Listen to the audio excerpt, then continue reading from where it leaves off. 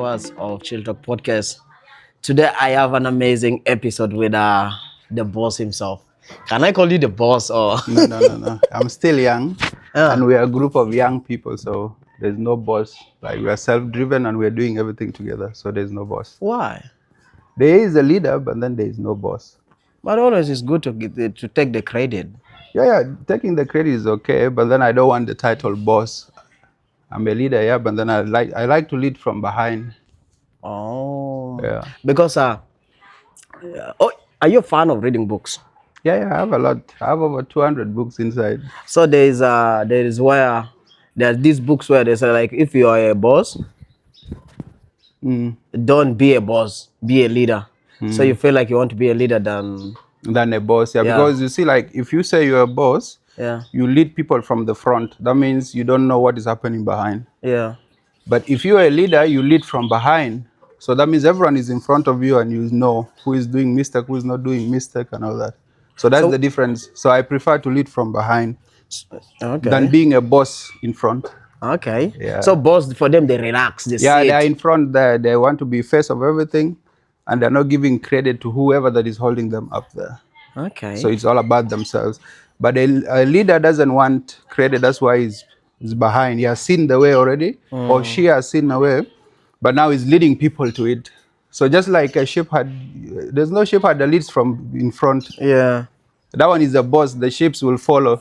But then if you're from behind, you're leading them. Yeah. So when they're going this way, you go this way. When they're going this way, it's easy to control and you move forward. You're a wise man. No. You need to give me tips of leadership. Yeah. Because I feel like there are a lot of people, like, we find that when the moment they have like a company, they are running something, they feel like when they're called boss, man, they feel the credit, like, it's the way how I need to be addressed. I feel like it's about intentionality. Yeah. Like, what is it that you want? Some people want fame, so they go after it. Yeah. Some people want to stay behind the scenes. Yeah. So they stay behind the scenes. Some wants to be on stage. That's why the artists are there and all. Yeah. But now, if an artist is on stage here, so the artist is in between a fan, like his fans, and then behind every artist there is someone. But the person behind scenes, like, it's only the artist that advocates whatever they want to give out. So the artist goes and perform there. Yeah. But then we are not supposed to have direct access to funds as a management. We are not supposed to. Yeah. We're supposed to have access to funds through our artists. You understand? Yeah. So let's say we are managing Ali now. Yeah. There's no way we can go and talk to Ali's fans and be like, hey, by the way, we are the people doing everything behind Ali Joma. We don't do that. What you do, you leave that for the artist and for business people to discover. But there's no way you step on stage. Then what will the artist be? A manager or what? Because you have taken easy stage or high stage. You don't do that. So you lead from behind. But there are these managers who likes, like, you find that, they're managing a particular artist, but they want to be all over. They want to be also a celebrity. And it has become like there's some conversation sparked online where people started having conversations. Like, these days managers want to be like the artists. They want to be the celebrities themselves. I feel like it's the trend. It's not actually managers alone. I think it's in every field now. The content creators, the photographers, the videographers. Everyone wants to be, like a brand or to be, popular. But sometimes it's not bad because everyone wants to be known for a particular thing. You understand? So for you now, you want to be known for this podcast, isn't it? So you put everything on this podcast. But now the problem is, if you go overboard now, you don't know what you're supposed to do with this, and then you start doing other things. That's where the problem comes in with the artists. So the other managers, the managers, they feel like they're just scared to be on stage, so they come in the name of management. When actually what they want is the spotlight. So now that kind of manager competes with the artist. Because the manager is supposed to be someone, okay, this is not what I want. I don't want to be on stage. I want to be from behind. If you don't want the tune, then you become a fan. That's why you attend shows and then see you don't want anything to do with that. Okay. But if you come in, there's no need, there's no way you said you're managing a popular artist and then you want to be known that you're managing the popular artist. It's not the same. You don't want to be on the stage with your artist. That's why your artist performs. You from here, you executive produce everything, you curate everything, but that is only delivers it to people. You understand? So there's no need of like you pushing your artist away from the stage and then you be like, I did this, I did that, I did this. It's different. So you rather take stage, be an artist, and get managed. That's how it's supposed to be. Wow. So there was a time before me meeting you, I was having a research about DAO because man, you've been doing a lot. You have contributed a lot in the industry of South Sudan and also beyond. Like I went to your website and I discovered a lot of things that are like, this guy exists because you are into the line of fashion. You are being a model, and then I read more things like you've trained even over 1,000 people who have become right now models, are being running in Paris, in London, and you've been working with different agencies. And I was like, hey, this is really huge. Like, how did it start? You to start being a model? It started in Kampala. Yeah. That time I was playing basketball. Yeah. That was like my first love. Then when I was playing basketball, things did not go according to plan. Like I was playing in the league and all that. Yeah. So won even some trophies. But then I wasn't contented with playing Basketball. like in Kampala to be in particular, or maybe in Africa to be in general. Yeah. I wanted like to get it, like go abroad, play it so that I can, easily help my people, like my family. Then it did not happen that way. So thank God it made me, basketball like helped me with my high school, and then fashion later came in because of the height and the skin. So it started as like people want to have like take pictures of me. Yeah, so one white person came. Yeah. And then like he said he liked my height and then the skin, so he wants to do like some photo shoot. So I agreed, and that's how I got introduced to the industry. Yeah. And then later on, I contested in a beauty pageant. So all that when then a time came now, I want to come and build the same connections I have in Kampala, in Juba. So I decided to move in 2019, like in June. I said I'm moving to Juba, and I'm not going to leave Juba until I make the connections I need to make. And I'm only going to leave Juba only on business. Yeah. If I'm to leave Juba, I have to leave Juba knowing I have at least not less than 10,000 in my pocket. Yeah, so that's like something I gave myself. Yeah. So I came fully prepared. Juba was hard, but then I endured. Yeah. So I started climbing a bit. So by that time, there was a show happening in Freedom Hall. So, I was already in fashion, so I wanted to come and walk, like catwalk, like do the runway. Then when I came, I realized like the models didn't know how to walk. Yeah. So I started helping them. By that time, there's this lady called Maria Nyayena. She even she was actually training with me, but she also goes and train for Miss World. She was contesting that time. So she will get tips from me this side and then go contest. Yeah. So by the time I started helping out like that, she went and won. And then other shows came, I started helping as well. Until now it evolves into money and mentorship came in and everything. Like we had an agency called TopLev Models, and then that's how we got into the industry. That's where they like working with a K2 promotion, and Achaiwir came in. Yeah. And everything is history, leading to founding TopLev Music. Yeah. Okay. So that's how I entered there. So like right now, how do you look into the fashion of South Sudan? Because I've been seeing like we have big models from South Sudan that are representing South Sudan abroad. But right now, do you think people accept themselves like the way they are? Because you find that there are these cases where this white man saw you because of your skin tone, and like, hey, I love your skin tone. I feel like I should take pictures and that stuff. But then there are these scenarios where somebody may feel like it's like embarrassment. Yeah. There is where that feeling where somebody will feel like I'm black, maybe I have to change my skin. And you find that it's so common. Sometimes we have our fellow artists, They went and bleached the skin so that they can now. How do you face it? Like, because you're already in the system, and then what does it mean even to be a model also? Okay, you see, like Yeah. I believe we have like a identity crisis Yeah. right now.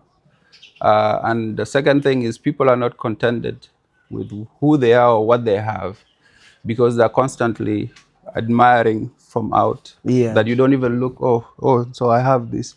You're constantly admiring and envying other people. Yeah. So the problem is with the models now, or let's say people that are, trying to change their identity, is because like when they were coming up, maybe no one instilled in them that, hey, what you have is valuable, hold it well. No one told them that. So they grew up, came up, and then now realize they're seeing, okay, the beauty standard is like the Western kind of beauty. So everyone wants to look Western. That's what is happening. So back to the modeling thing, Yeah.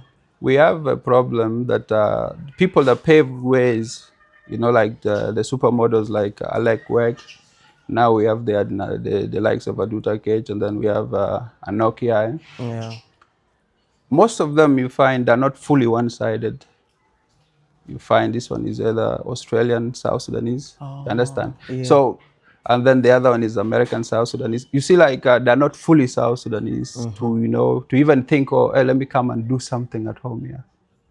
Because if they were like having that particular, like that heart of like, okay, I've made it out here, but then I carry a face of South Sudan. Yeah. Why don't I go to South Sudan and do something?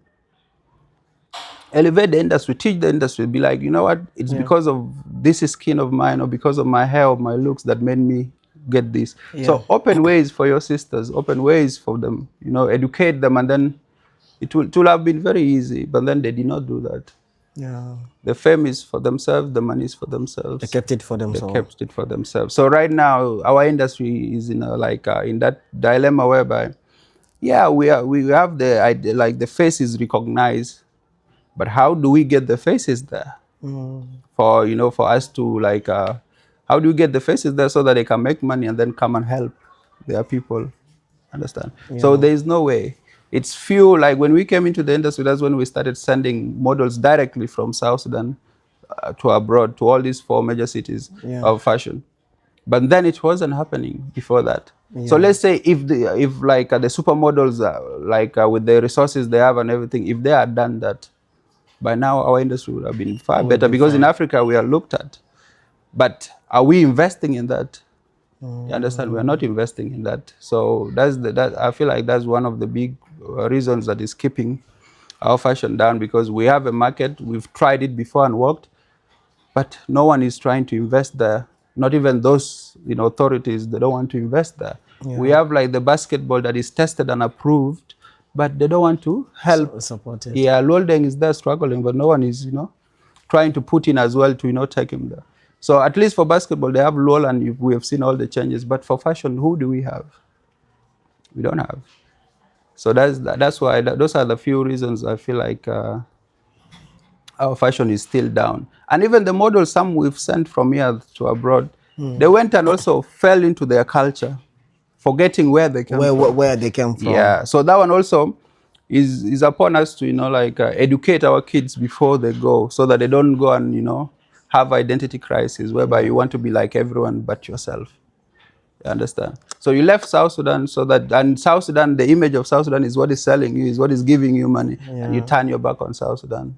How? Yeah. So those are a few things I feel like if we work on that, South Sudan will be a big, like a fashion, like a fashion market. Yeah. Yeah, for Africa and the world. Do you have your yearly runways like for fashion, for models here in the country? Yeah, they used to happen. We have like even South Sudan Fashion Week is there. Yeah. But we have problem with fundings. Like we have these big companies don't want to help. Or maybe they help, I don't know. But sometimes even when the shows are helped, they don't go and put everything that was given to them to produce a proper show. So I feel like the problem why shows are not happening regularly is because people are not investing. And for people like us to make shows, we don't have businesses already running. We are still young. We are coming up. Yeah. And the people we are supposed to take loans from don't give us loan. The people that were supposed to create for us programs that will, use to elevate us, they're not doing that. You understand? So all this keeps us in a loop, in a cycle of nothing happening. Nothing is happening. But we are here as youth, we are fighting to make things happen, but then no one is pulling our hands up to be like, come, you can do this. They rather like believe in other people than, believe in us or trust that we can do it. We can do it. Yeah, so that's why you see in Juba right now, if you come as an engineer now and be like, you want to build for me a house, I will doubt you because you're my fellow South Sudanese. Your fellow South Sudanese. But then if you come with a different skin, I'll be like, I think you can do this because, from their country, that's what they do. Yeah. But it's the same. It's the same. You understand? So I feel like we should start just embracing on our own and, help Junub to Junub. Because right now, I feel like Junub to Junub equals no help. Yeah. Like you right now, if what you're doing right now is you're trying to get information and knowledge from people that have already walked their past. So like their ways. Now, there are kids down there now that are, learning from whatever we are coming to speak about. Yeah. But no one wants to invest in that so that you can reach broader people or for you to have proper gears.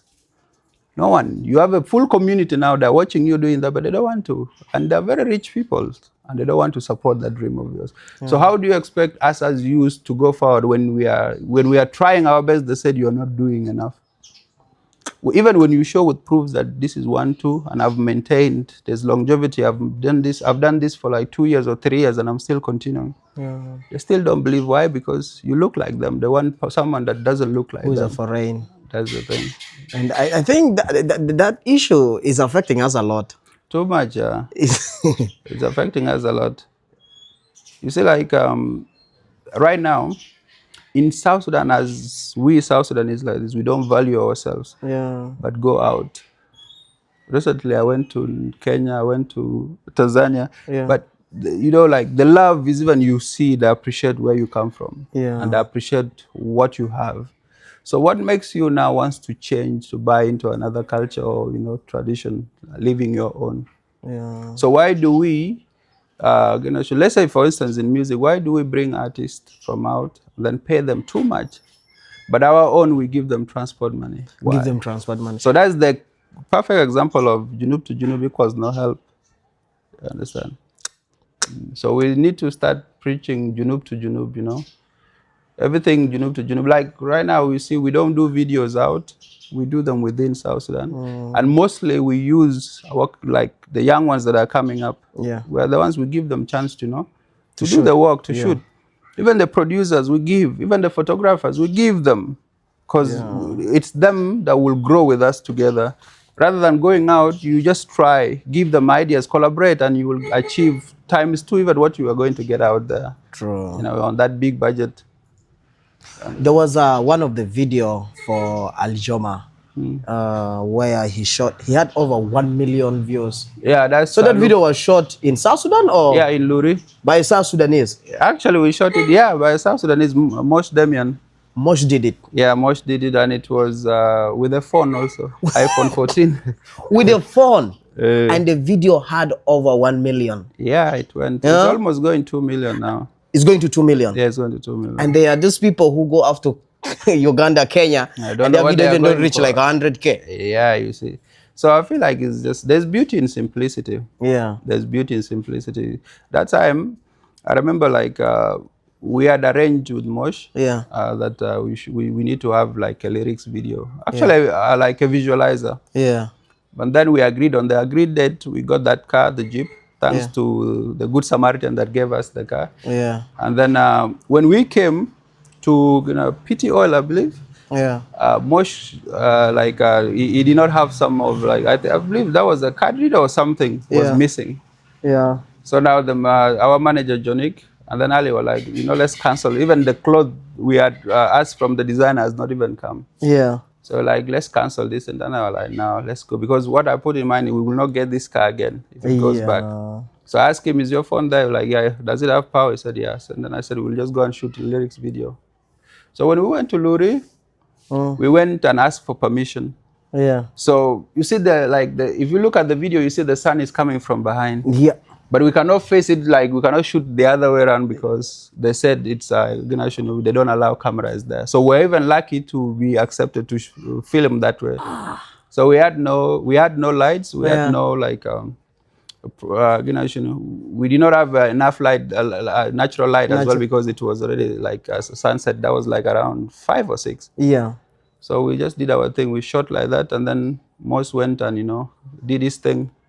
Then we added the lyrics and we posted. So that video actually like helped us become TopLev.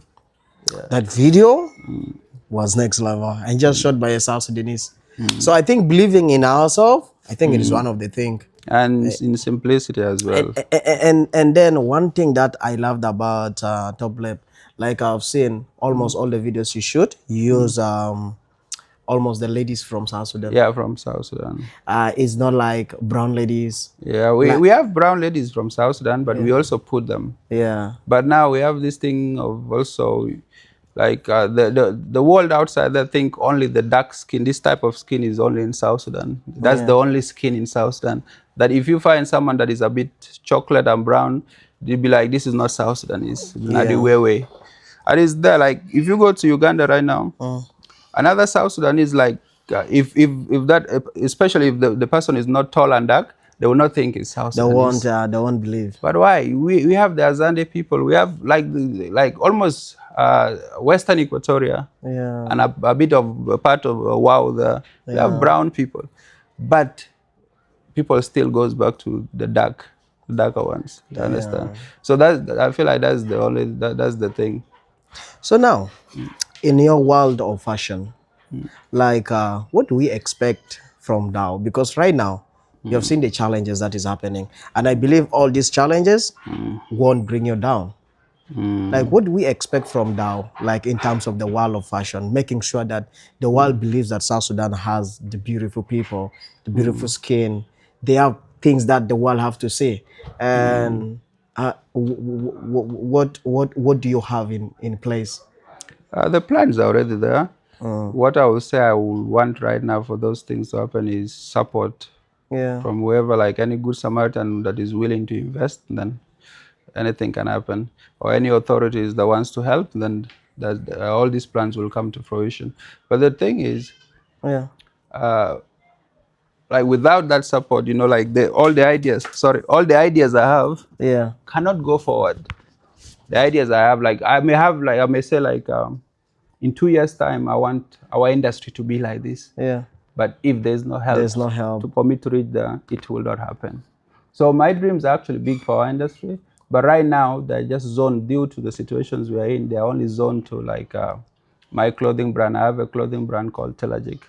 Telagic is one of the things I was going to talk about. So that's where I'm on. So everything now I see it from a view of Telagic. I see the industry based on Telagic. So everything. What does Telagic mean? Telagic means a holy place. What do you mean holy place? Holy place in Dinka is a Dinka word. It means holy place. So I believe you have it in your language. How do you call a holy place in your language? Heaven. In English, right? I don't know. No, like to us, we have Panial, that's the heaven. Telagic is a holy place. Okay. So if you go to Bible now, it'll be like if you die, you will go to Telagic now, to holy place, you will go to hell. You understand? That's how we say it to us. So it's either like when you die, it's either you go to Telagic. So I just said, okay, why don't we have Telagic here, like in the world? Why do we have to have it in heaven?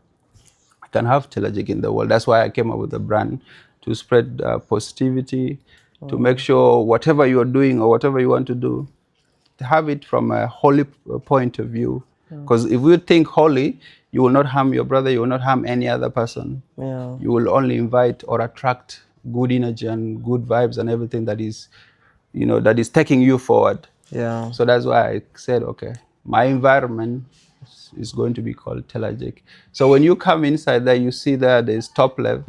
Here you see there's John Garang, and then you see Telagic. So me, I'm saying John Garang is in holy place. Right now. He's in holy place because of what he did to us. That means John Garang, there's no way he's going to hell. Yeah. He is in a holy place. That's why I put Tilajik here. Yeah. And it says a small safe place in a troubling world. So like the world is troubled now. We have a lot of problems. And if you focus on that, it creates more problems. Yeah. So the best thing is, okay, let's think positive. Let's Yeah. think holy. Holy. Yeah. And if we think holy now, then we'll become a small safe place in a troubling world. So then we'll start attracting people that are making crimes. What will we start attracting them to a holy place, to a holy mindset, to a holy mentality? Yeah. And then everything will be holy at the end of the day, because that's how it's supposed to happen in my kind of thinking. Yeah. The world is supposed to be holy. With everything in it is supposed to be holy.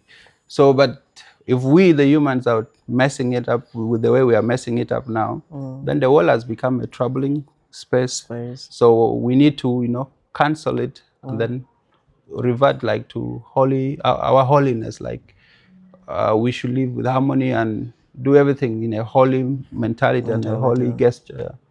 So that's what the world needs right now. We need to be Telajik. So how have you contributed right now with Telajik? With Telajik, like this is something I just started like last year. Yeah.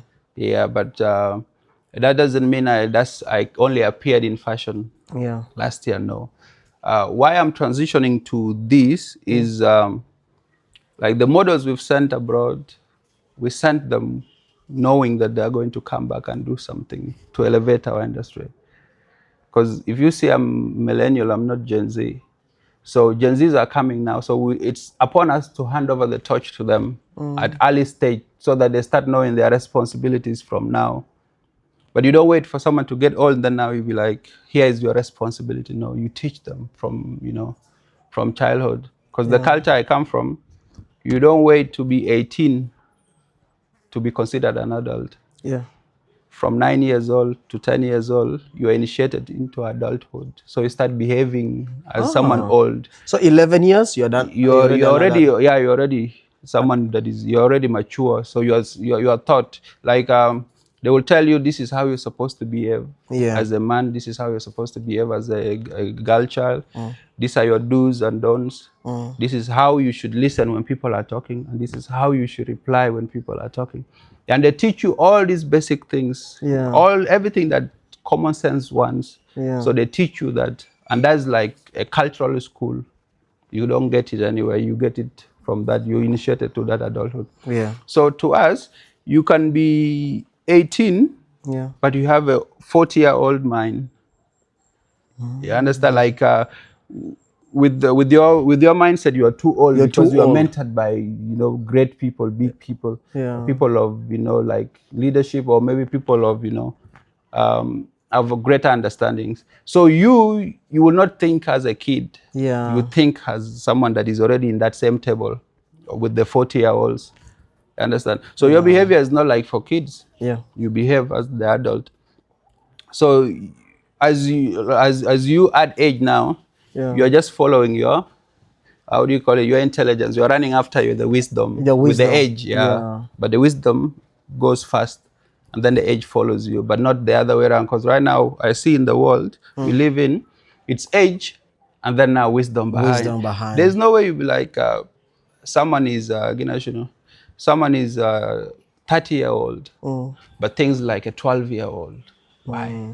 That's because wisdom is, they put wisdom behind. Or their cultures tells them, their cultures may be telling them, it's age first and then wisdom behind. But to us, it's wisdom first and then your age follows. So is it up to now? Right now, it's not affected? It's there. It's there, yeah. We have what we call reg, that's initiation. Yeah. So we still do, even in Bor now, they do, even in the Barkazal, like the Dinka community does that. Even the Nuer community does that as well. Even the Shuluk as well, I believe, does that. I think that's so why. So they initiate you, yeah. That's why there was a time I was a facilitator in one of the camps in Uganda, doing some work with the children and that stuff. There's something I've discovered, and I think that thing is not with our own children. You find these guys are too confident. One, they don't have shame. Yeah. Like they approach you, they come, even they want to see like what are you holding. Like in case like I've sitting like this with my phone, they want to come and see what you're holding, what you're doing. And I feel like that confidence is different because I've been asking myself, where do they get that thing? Because right now in this world, a lot of people fail because there's no confidence, because of shame, and because of Yeah, that. like self-doubt, Yeah. like anxiety and all that. I believe is also like from whoever that is raising you. Yeah. Yeah, because you right now, you have a different understanding of the world. So if you bring a baby into this world, definitely you will caution them, you will tell them this is what you should do, this is what you Yeah. should not do. But on your view, the way you see the world, you understand? Yeah. So everyone has different views of the world. Yeah. And that is what they passed on to their kids. So if you are someone that comes from a confident family, someone like a go-getter, Yeah. of course your kid will become that because that's the view you guys have. Yeah. That's the view you sell in your household. You understand? But if you sell shame in your household, the kids will also grow up Grow with the shameful. shame. You understand? So Yeah. so it's just like that. Yeah. So now, like in terms of the music, with TopLev, so I had conversation with Gifted Bless, sometime back when he came to Uganda, and he was a staff of TopLev and the stuff. But He is still. yeah, Yeah. he's still a staff. So now there's something interesting when I had the conversation with him because the PR he gave for TopLev, I felt like because there are a lot of record labels here in the country, and then you find that some of them are not doing that well. Some of them just make a lot of noise, but TopLev doesn't make noise. TopLev do action. Like, who is behind TopLev? Which team does TopLev have? What do you people have that your work is so different? And when you bring someone like into the scene of music, everybody appreciates it. I believe I believe is honesty. Yeah. Yeah, like we are operating from that honest point of view. Like we are not what these Gen Zs call delulu. Yeah, we're not that delusional. And like sometimes when you keep your team small, you grow. You see things and filter. It helps with the communication. You understand? So I believe we are a startup. So and if you're coming as a startup, you have to prove yourself. Because if you're in an island of 1,000, for you to be noticed, that means you have to, show, have a different perspective, have a different idea of doing things. Yeah. So with all this success that TopLev is getting, one that is sitting somewhere will be like, these guys, they got lucky for having Yeah. that. But if you look at someone like Gift, this is someone that has experience before with artists. Yeah. If you look someone like Jonik from the fashion background and then artists as well. Yeah. With me now, I believe like all these big celebrities we have in South Sudan, some of them I was their boy. Yeah. Like, go get this, go get that. All of them have done service to them. Yeah. You understand? So that one contributed, like it helped with when they realize, okay, TopLev is for Dow. And they have to do a background check, and they realize, oh, I was helping them with some shows. I was helping them with maybe songwriting, creative directing, fashion. Like I've contributed to the industry before. You understand? In different ways. You understand? So all of them, the WJ, the Mr. Langs, the Silver X, all of them at least, even the Many Men, all of them, at least I've serviced any of them. You understand? And it has grown ever since. Yeah. Then as Gaddafi J, most of them. Yeah. I've appeared in videos. You understand? Yeah. Of theirs, and that's my way of telling them, let's push this, let's show this. So I believe that is what made all the artists in the industry accept us, because they've seen, okay, this person is for everyone. He's not just for himself. Yeah. So when they saw TopLev came for everyone. It came for the industry, not to come and take. We came to give the industry, to show people that this is a correct way, this is a wrong way. And that's the philosophy you're on. We are just saying, this is it. Our team is small. Yeah. We're just a triangle, actually, at the end of the day. Yeah. So we are just a small pyramid. So a small pyramid is easy to go from 1, 2, 3, and then you go to the world. You understand? So that's why everything is also working, is God says, it's all about energy. God says, if 2 or 3 people gather in my name, Yeah. I'll give them what they seek, isn't it? So we sat as 3 people or 4 people and be like, this is what we want for South Sudan. And God answered. So why would people be fearing again? Isn't change it's change we want in the industry, right? Yeah. So change has come through TopLev. Why are you also surprised again? So, there was a conversation that happened on the internet where between Aljoma being the owner of TopLev, is Aljoma signed under TopLev, or Aljoma is the real owner, or you are the owner, you are the founder of TopLev? Because it has been happening. A lot of people say, like, you know what, Aljoma has a behind. Even before me, I thought that Aljoma was the owner of TopLev. Now here's the thing. Let me take you guys to a backstory. Yeah. See, when I was doing fashion, Yeah. I was excelling very well. Yeah. Like, you see, I started training for free. Yeah. And then I started climbing, and then now prices started coming in now. So I've produced almost 95% of shows in Dubai. That gives me opportunity to put each artist, any artist that works under me on all these stages and make for them business, and they get, as long as I'm hired, I'm entitled to say, oh, well, to tell the organizers, hey, please get this artist. Yeah.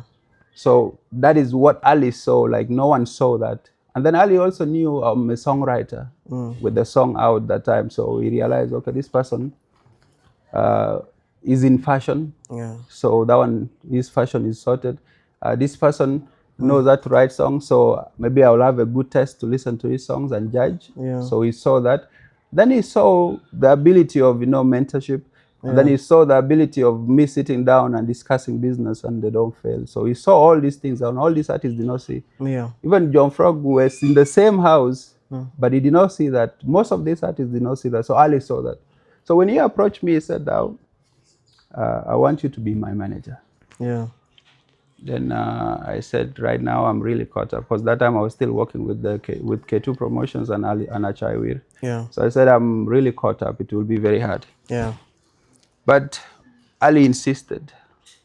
He kept on persuading, like pushing, until now. There's a time I like, because like me and Ali, we go way back. Yeah. So there's a time, like he said, instead of him staying in his place, he moved to my place. Yeah. So by that time, we're in a house called Blue House, but not the other Blue House. We had our own Blue House. Yeah. So I gave him a room, and then I gave him a room, and then he was there. Then one night, he posted me as his assistant manager. Oh. You understand? Yeah. So when he posted me as his operation manager, to be sorry, he said, "This is the one. Welcome, my new operation manager." Then now, in the morning, me waking up, I saw that it was already out. So now I couldn't deny or do anything. But then now I called him for a meeting. I told him, bro, this I did not want to do this, because why? I'm a brand of my own, and I'm in this side of fashion. So I do not want to like our worlds to go and meet, and then we end up not doing great at the end of the day. I did not want that. So, but now it's already out. So there's no way we can go post again an apology and anything. Yeah. So here's what we are going to do. In fashion, I have my company called TopLev Models. Okay. So now I'm going to create a branch, TopLev Music, and you are going to be signed under it. Yeah. Then I will get you a manager, because I cannot be moving with you everywhere. Then it will spoil business. Yeah. It will spoil my brand, and it will spoil your business. So I'll get you someone that will manage you, and then I manage business. Yeah. So that's how TopLev came. Okay. So Ali Jama is my brother. So if people identify TopLev as his, I don't have to go and sit here and be like, hey, it's not for Ali Jama. This is Daw's thing. Yeah. I don't have to do that online, isn't it? Yeah. So, but now that you ask, TopLev is mine 100%. You understand? Yeah. So, but then whoever I decide to give shares or not give shares will still credit me for the fact that I created it, and I have full right. You understand? Yeah. So Ali is an artist signed under TopLev. He doesn't have any shares in TopLev. TopLev is mine. Oh. So that's how it's all happening. Congrats to you, man, because you've brought a lot of change in the industry, and we expect more and more. How many artists do you have like under TopLev? You see, like I did not want to just sign everybody. Yeah. Yeah, like me working with Ali, I've learned a lot as well. Yeah. So I said to myself, like to me and my team, I said, what we are going to do is, if we are to sign someone, this person has to be like family, because the way we are staying with Ali now is family, not even business. Yeah. But business aspect of it is there. Yeah. But I said, if we are going to sign someone, that this is someone that is coming and is coming to take this thing as his or hers. So we're not going to sign people randomly that are just coming for quick exit, like you plan your entry and exit at the same time. I don't want that kind of people. Yeah. So I wanted someone that is someone that like have some ambition, like have some hunger, you understand? Yeah. That wants to, build something for himself and other people he's representing or she's representing. Yeah. So I said we should only sign if someone that is like has a good discipline and then has that hunger more than us, then it will be very easy. Because if you can see now, Ali loves this music more. You understand? Ali loves this music more than all we do is just from behind tell him, you know what, this side is wrong, avoid this pothole, do this, do that. You understand? Yeah. Because he's already on the right track. But if we sign someone that is only for fame, wants fame, quick entry to the industry, and then disappears with whatever he wants to come and take, it will give us bad credentials. So that's why you see we are not signing everyone. So we have Ali Joma, and then we have Mario Ball, and then we have Jeblis. Yeah. So they're only three. But right now we have someone will unveil soon, and then we have other people also under academy. Okay. Yeah, we have other people under academy, but then we don't want to, because when we got Ali was already someone popular. Yeah. So we wouldn't want to just accumulate celebrities and confuse them. Yeah. We don't want that. We need to bring, like we need to plant a generation that will bring like understanding to this thing. Will educate people, and then inspire the whole of South Sudan, or attract other people to even fall in love with South Sudan. So these are the kind of generation we want to raise, not people who are coming to just take money or come take fame or take whatever they want and go. Yeah. So that's why you see we are developing them slowly.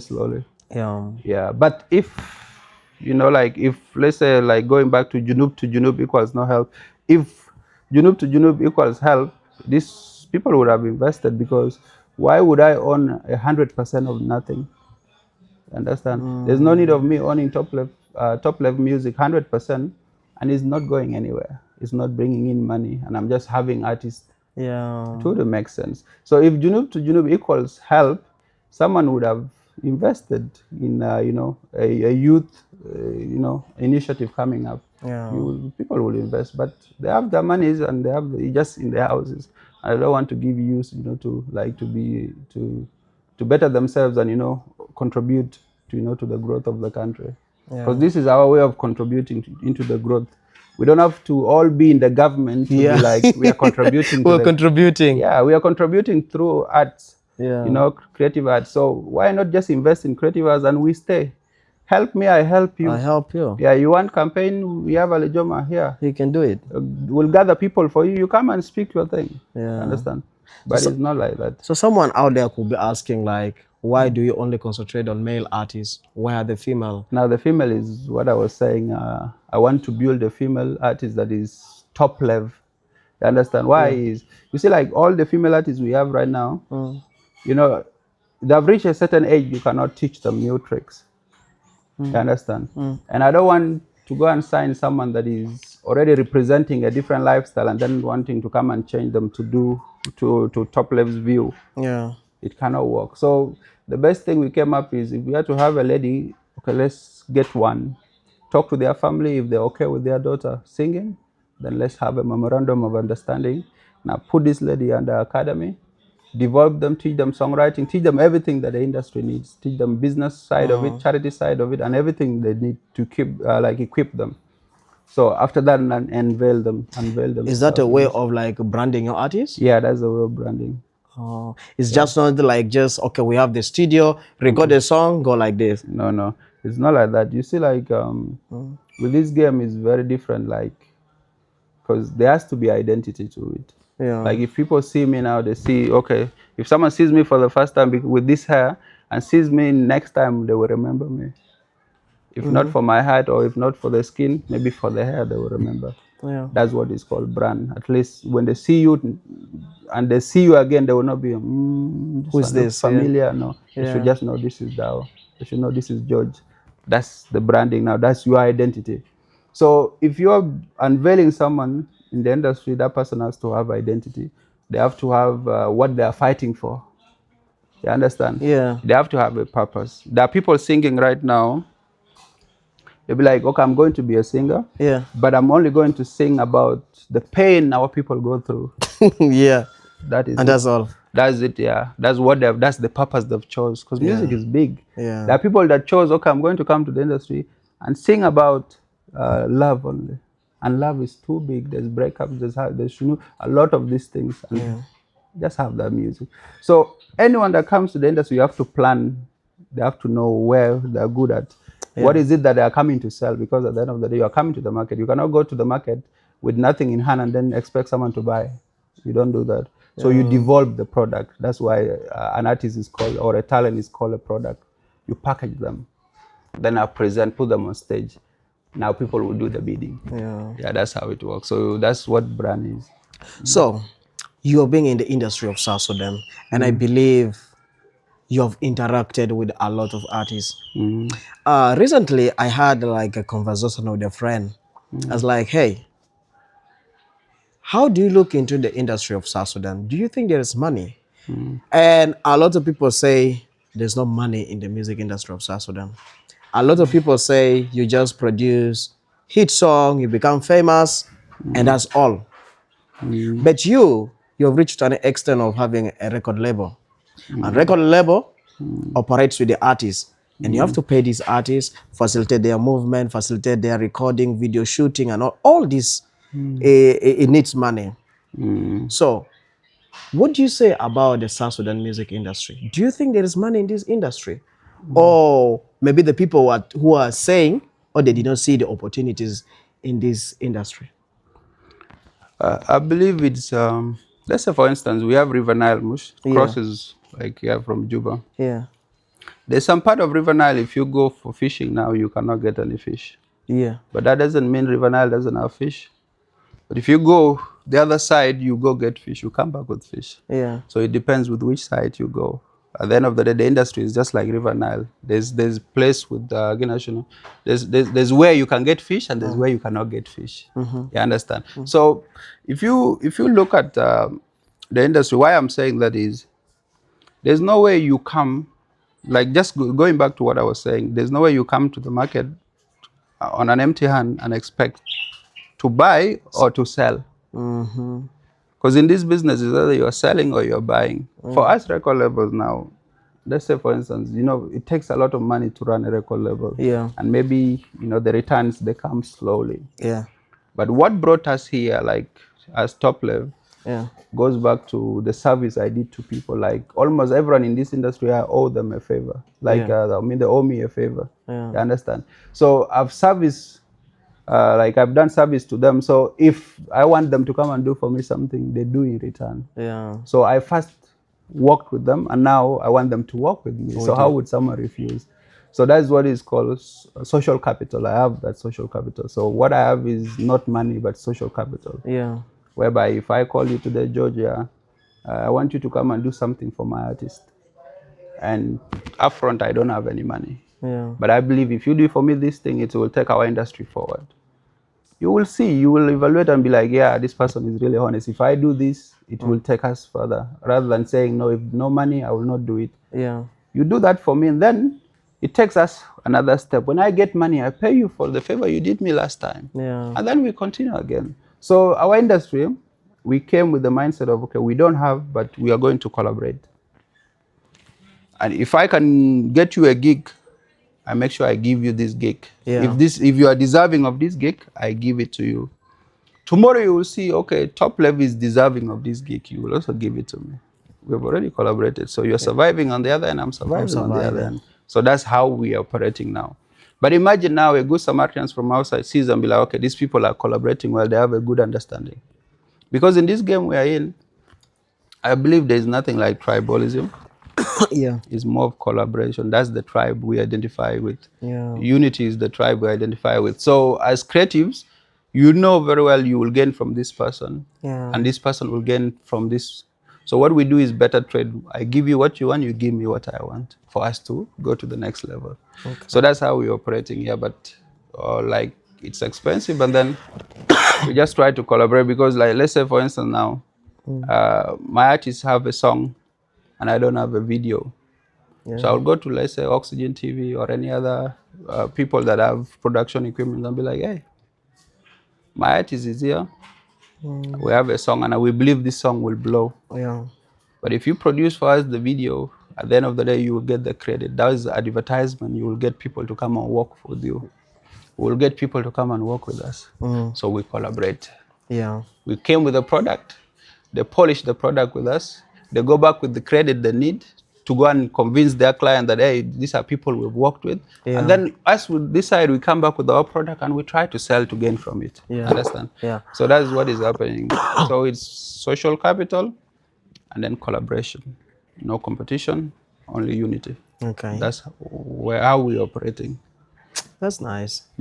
So you believe that one day, of course, the money will come in? Of course. Like the Ugandan finance minister says, the money will come. The money will come. It has always never been about money, because if I needed money to do TopLev, then TopLev wouldn't have been here. Yeah. You understand? Yeah. So if I needed money to do TopLev, TopLev wouldn't have been here. Yeah. But I needed to start anyway, isn't it? Yeah. So I started, and here it is. So the money follows. Yeah. The money follows you. You don't have to follow money. You create the thing, money comes. Money will come, yeah, because you just build your product. If your product is good, you get money. Like you see Mama Sudan here, someone came with the idea, let me do Mama Sudan. Mama Sudan is here now, and someone can buy. Definitely. So that's how it works, like that.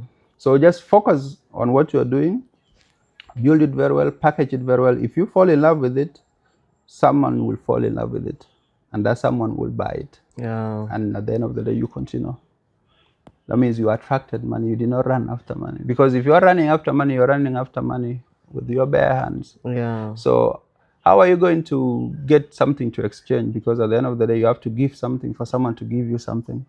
So until you understand that, life will be easy, because there has to be something. Even if you're going to get a favor from whoever, whether it be it leader, be it your cousin, be it your dad, be it your who, you have to come with something tangible on the table. Yeah. For them to be like, okay, let me put this aside, this one will work. Now let me remove this one I have, let me give this person. That's how it works. There's no way you come empty-handed and you expect to take, no. Yeah. Even your dad, you will see that your dad has money, or your mom, or your brother, but they will not give you because we did not come. They're not buying anything. They have to be an idea they're buying for you, them to give you the money. Understand? Yeah. So for us, our complaint is, we have an idea here that has been proved and tested, and it's running, it's sustaining itself. So why not invest? So that's our call. Our call is, please invest in South Sudanese businesses or organizations. Do Junub to Junub. Yeah. So now, we're in October, the year is coming to an end. What does TopLev has for us, like before the year ends? With this music thing, the mistake most people are doing is, you go to studio today, record, and then release tomorrow. That's how our industry is operating. Yeah. But in TopLev it's very different. We record many songs that can sustain us. Like right now, we have songs that can sustain us even 2 years. Oh. If you look at Ali has over like 70 songs recorded. Yeah, look at that. Anyone that we work with, we don't work on one project. We give you either album or 2 albums or EP. Yeah. So all our artists, they have worked in advance. Even me as a songwriter, because I also release songs under my name as a songwriter. Even me alone, I have like 27 songs. So if someone that as a songwriter can be able to get 27 songs for himself and has, like, say, contributed in other maybe 100 and something songs, that means you've worked for this year, next year, and you're working in advance. So what you hear as something new as fans, the work they are hearing, let's say Alijoma released Benway. Benway was something that we worked on, I think, last year in October, I think. Yeah. And it took 1 year most Yeah, for it it to took be you. released. You understand? Yeah. So we work in advance. We don't just go with the hype or motivation, no. Because if we want to be popular, we'll be very popular in this Juba. We'll be dropping every week, but that's not the aim. The aim is educate your people, sensitize them, and then money will come later. So if you are crafting something and you're going to present it that it will heal someone, it will help someone, motivate someone, you know, but not something that will just make me hype and then the hype goes down. So at TopLev, we don't do music just for hype. We do because music is deep, and you know we don't want to affect our people's ears with things that will not take them in front or keep them stationed. We don't want to distract our people. We want to encourage our people to be doing good things, not to keep them in a party era or party life that they're just here, and live they judge life just by today. We don't do that, and that's what most artists are doing. So for this year, we have Alijoma is going to have an album out. Yeah. We are working on it almost. Let's say that's like 95% done. So we are going very well. This year we'll have album. I am also planning. I'm planning to have my EP out for like I do spoken word, so I have like my spoken word EP that is going to come.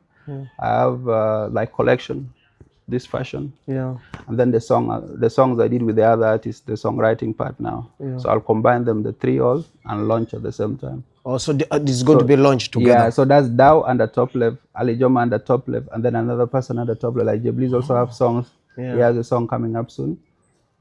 Gift has a show coming in December.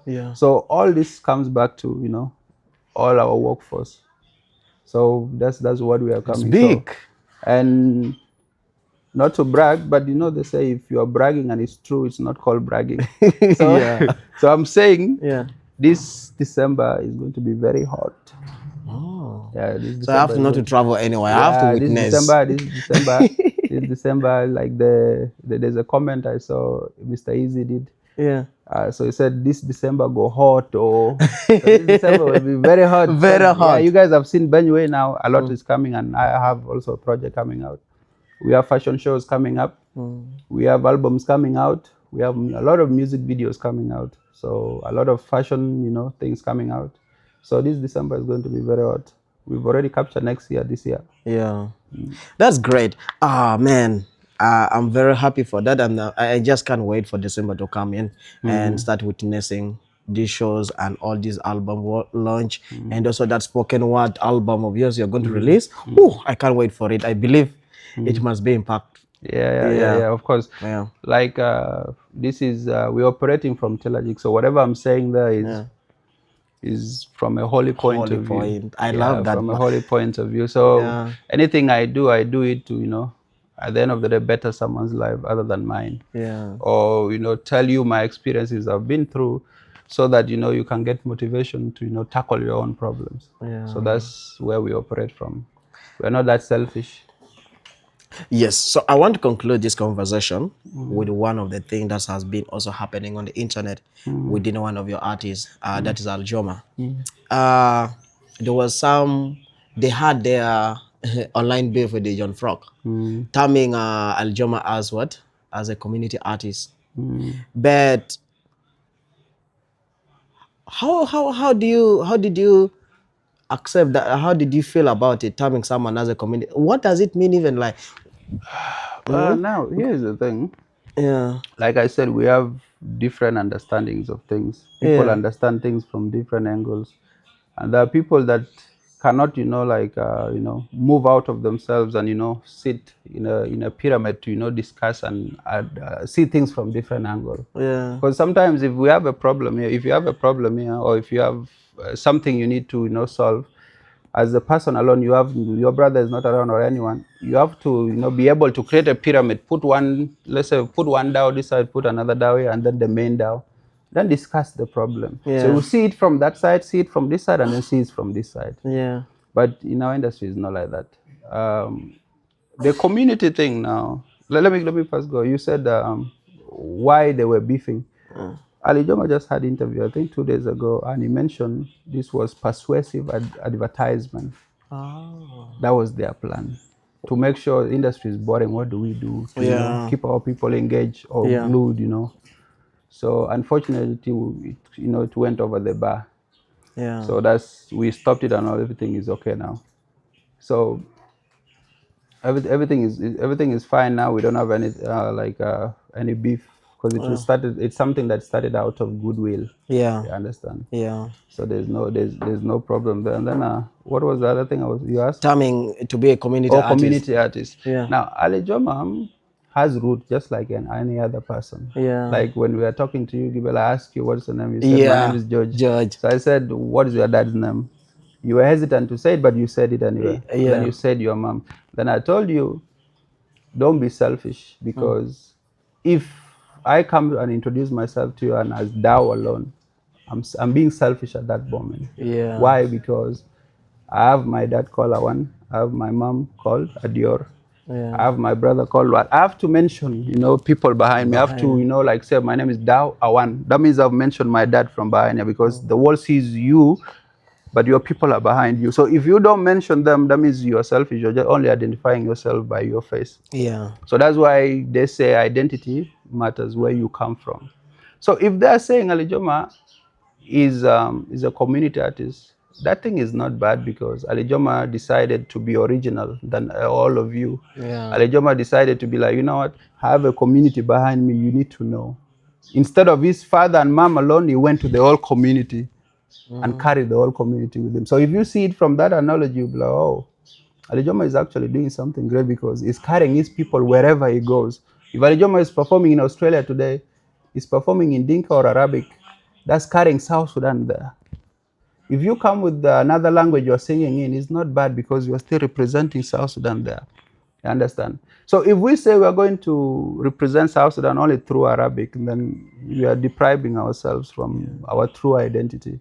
You understand? Yeah. So Ali Joma is a community artist. And where does this community belong? It belongs to South Sudan, in South Sudan, I mean. So Ali Joma is not selfish. He just decided to carry South Sudan wherever he went.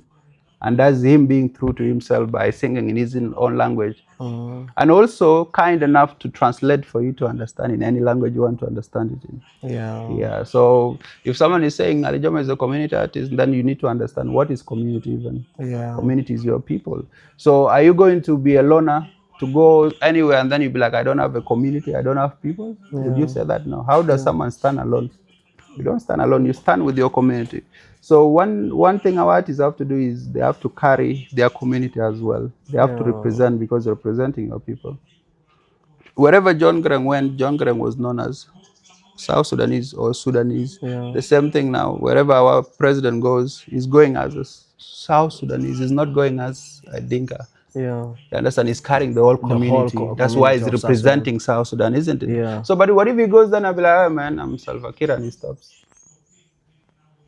So Salva Kiir, then he stopped only with it's him alone. He just introduced himself, but he forgot us, the people is how do you call leading? You understand? Yeah. So that's what Ali did. Ali is with this music thing. He said, okay, I'm going to be at the front. I'm going to be on stage, let's say. Yeah. But this side, the wall is going to be this side. But this side behind me, my community is going to be there. Yeah. So, and that's what he has been advocating for. So if someone is saying Ali Joma is community artist, kudos, that's true, yeah, because he's carrying his people everywhere he wants. Yeah. For you are not proud. You're not carrying your people everywhere. That's why you're not going anywhere. Yeah. Yeah. Wow, that's a nice input that you've put. So now finally, Dao, what can you like any advice or anything that you would like to give any person out there in terms of music, fashion, something that you feel like a word of wisdom? Like I don't think I'm that sharp to advise the world. Yeah. I'm not that sharp. And then because I may say an advice right now, and it's misleading to other people. You understand? Like some other people, the advice will not go. It's against maybe their morals or how they do things. Yeah. But I stand on the truth. So the truth, is it doesn't have side, it stands there. So what I will say is, before you choose to do anything, study that thing you want to do. There's no way you just come from even your culture. You don't just be like, I'm so and so. You have to go back to understand your Yeah. culture. Yeah. So you treat your whatever profession you choose, treat it as a tradition as well. Yeah. Get to learn, get some insights, get to know the do's and don'ts, and then now embark fully, knowing what you're going to do. So don't just go into something not knowing what is it that you want to put, like we want to add. You understand? Yeah. So that's what I would say. Just stand on the truth, because it's either you're on the wrong side or right side. So just be on the right side. It doesn't kill. It actually keeps you alive to be on the right side. So just try to do everything that is holy. Try to do anything that you know will not harm your brother in 1 year or 2 years' time. Try to do something that you know will not elevate you alone, but elevate the community you are in. Yeah, don't be selfish to yourself. Because at the end of the day, it's only us we have. You understand? Because if you are not there now, and I'm here alone, I will not feel like I'm in this world. This world will be boring. You understand? Yeah. So if you are there now, at least we can see, we can have different perspectives and different opinions. So what you need to do is be authentic to yourself, and whatever you choose it sometimes maybe as an experimental, just like experiment life. You understand? Yeah. There's no need of be like, okay, this is what I'm going to do for the rest of my life. Don't do such a thing. Just give yourself freedom to live different different lives, live in multiple people. Understand? Yeah. Because they say when we are born, when a kid is born, the kid cries. Yeah. But the world laughs because this kid doesn't know where he has come or she has come into, yeah, or what they are getting themselves into. So when you live your life right now, make sure you do good, prove the evil wrong, prove everything, the world that was laughing at you, prove them wrong. So when you die happy and let the world cry. Yeah. So that's what it should be. That's all I can say. And thank you. Wow, thank you so much, Dao, for meeting me.